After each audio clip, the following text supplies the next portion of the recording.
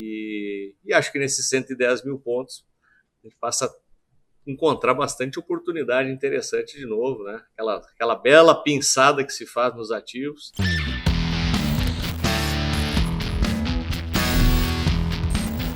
Olá, amigos e amigas da Focalize, sejam bem-vindos aqui ao nosso bate-papo da sexta. Hoje, pós-feriado, tivemos uma semana mais uma vez mais curta aqui nos nossos mercados. Isso se reflete no volume operado, como veremos logo adiante, mas não o suficiente para que acompanhássemos o movimento praticamente visto nas principais bolsas do mundo inteiro, que foi de uma pressão vendedora bastante expressiva.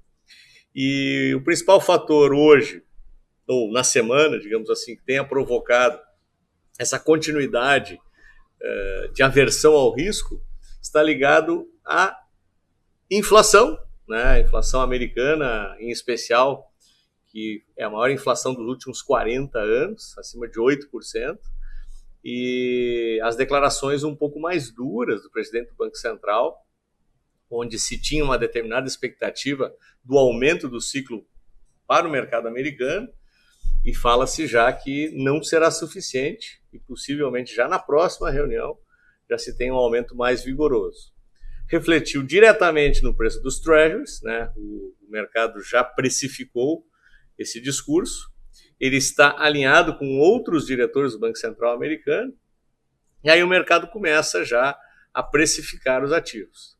Então acaba tendo uma pressão vendedora um pouco mais forte, e aliado a tudo isso, ainda saíram alguns dados não tão bons quanto o esperado, tanto nos Estados Unidos quanto na Europa, e as bolsas acabaram sentindo bastante.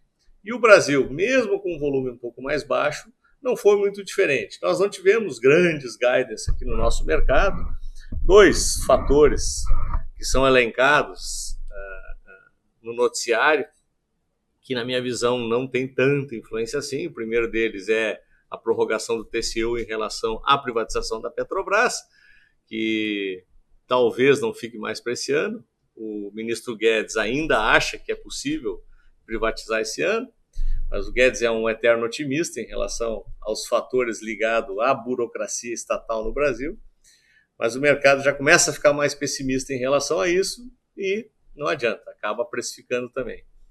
E um pouco de um ruído em relação à decisão do presidente Bolsonaro, em relação ao indulto do Daniel, que não vou entrar no mérito dessa questão, mas o mercado acaba sentindo de novo aquele ruído entre o presidente da República, STF, esse ruído muito mais político do que qualquer outra coisa, e o mercado não gosta disso. Então acaba somando-se a todo o processo de más notícias ligadas ao mercado de investimentos, e já somados também a questão inflacionária, que já falamos na semana passada, o mercado continua sentindo. E um último elemento, que eu acho que vale a pena comentar, que é o fluxo estrangeiro. Nesse momento ele virou para negativo. Nós tivemos o fluxo nos últimos 2 pregões saindo mais de 600 milhões, e o acumulado no mês de abril já passa de 2 bilhões de dólares. Então, aquele fluxo que estava jogando a moeda para cima, né, o real para cima, o dólar para baixo, nesse momento agora acaba invertendo, e como veremos no gráfico do dólar também, o dólar também inverteu a sua trajetória, e nesse momento também o que a gente vê em relação à precificação dos ativos, vocês já visualizam aqui o gráfico, né, perdendo um suporte bastante importante aqui no nosso principal gráfico, que é a linha de tendência de alta, né? Nós tínhamos um canalzinho aqui desenhado no nosso IBOV, na retomada do movimento ascendente. Tinha a média de 55, que em tese deveria suportar esse movimento, e nesse momento foi perdido, com um candle bastante relevante, um candle de força, e o volume aumentou muito, muito nas últimas horas do pregão. Nós tínhamos volume até relativamente baixo, até as 15 horas, e a partir das 15h30 começou a entrar um pouco mais de volume e acelerou o movimento. Então, a figura deixada não foi muito legal. Quando eu olho para o gráfico semanal, vou aproximar aqui para mostrar para vocês, olha só o que acontece. A média de 9 semanas vira para baixo. Num movimento único, perde-se a média de 21 semanas, perde-se a média de 55 semanas e perde-se também a LTB. Então são 3 sinais bastante negativos sobre o aspecto gráfico. E aí, quando projetamos o movimento, encontramos suporte lá nos 109 mil pontos. Retornando aqui para o gráfico diário, isso aqui talvez fique um pouquinho mais claro para visualizar, por quê? Vocês devem lembrar quando tínhamos a formação daquele W, que determinou o movimento simétrico, não é? E esse movimento simétrico encontra muitos pontos de contato nesta região aqui dos 109 mil pontos. Se damos um zoom ainda mais extremo, veremos que poderia ainda atingir essa perna aqui, ó. Então, veremos que os 109 mil pontos poderia ser um patamar bastante importante, e nesse momento até considero bastante relevante em relação à possibilidade de um suporte. E quando eu coloco um contraponto do que está acontecendo, por exemplo, lá em S&P, reparem que o movimento é bastante parecido, só que lá tem uma formação de um pivô de baixa. E esse pivô de baixa projeta os preços justamente na próxima região de suporte, lá na faixa dos 4.100. Que, se fizermos um comparativo ou uma analogia com a Bolsa Americana, com a nossa Bolsa, seria mais ou menos equivalência a esse patamar aqui dos 109 mil. Então tem uma série de elementos que, se confirmados, poderiam ainda levar os preços para esse patamar. Então já estamos com o gráfico do dólar, como vocês podem ver, e eu tinha até deixado desenhado aqui esse retângulo no nosso último encontro, na quinta passada, e eu comentava da minha expectativa de lateralidade em suporte, sendo que essa região dos 4,60 era o suporte, os 4,80 e poucos aqui era a resistência.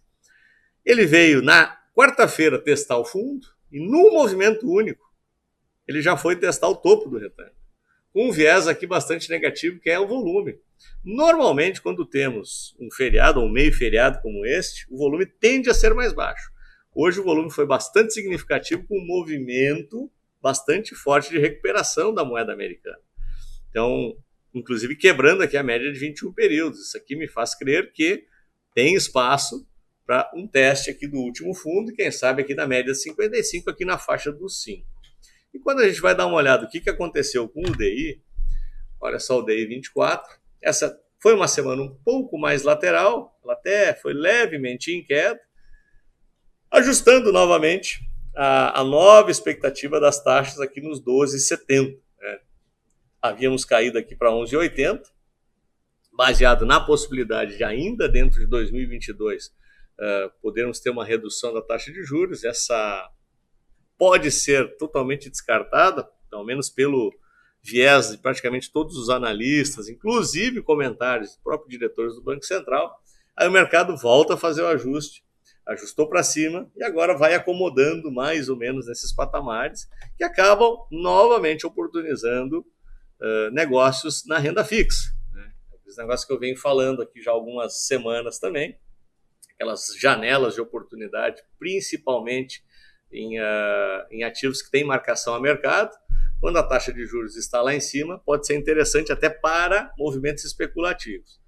E essa subida já abre novamente essa janela para novas oportunidades de movimentos especulativos. Aqui, obviamente, tem que ter bastante cuidado, principalmente com a qualidade dos ativos onde vai se negociar.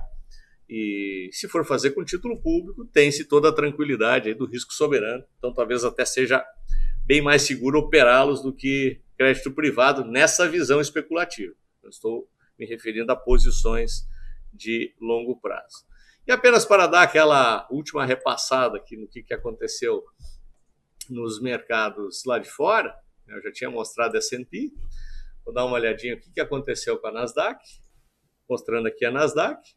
O movimento é até um pouco mais intenso do que nós vimos em S&P, também um pivô de baixa, mas já está até mais próximo do fundo anterior, e os ativos ligados à tecnologia sentem um pouquinho mais com essa visão de subida de taxa de juros.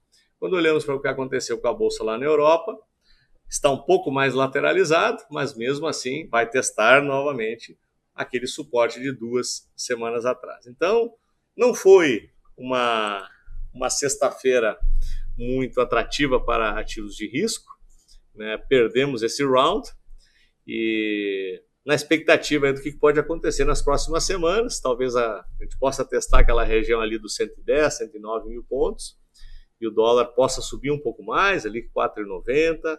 Não acredito nesse momento que possa ultrapassar os 5. Né? Eu até colocaria isso numa visão extrema. Eu acredito que ali por 4,90 talvez seja um patamar até um pouco mais plausível. E acho que nesses 110 mil pontos a gente passa a encontrar bastante oportunidade interessante de novo, né? Aquela bela pinçada que se faz nos ativos. Pega-se o valor de mercado, pega-se o quanto está valendo e a possibilidade de upside numa recuperação, e a gente garimpa essas oportunidades. Pessoal, era isso. Espero que tenham gostado. Deem seu like, inscrevam-se nos nossos canais e espero vê-los no nosso próximo vídeo. Até lá!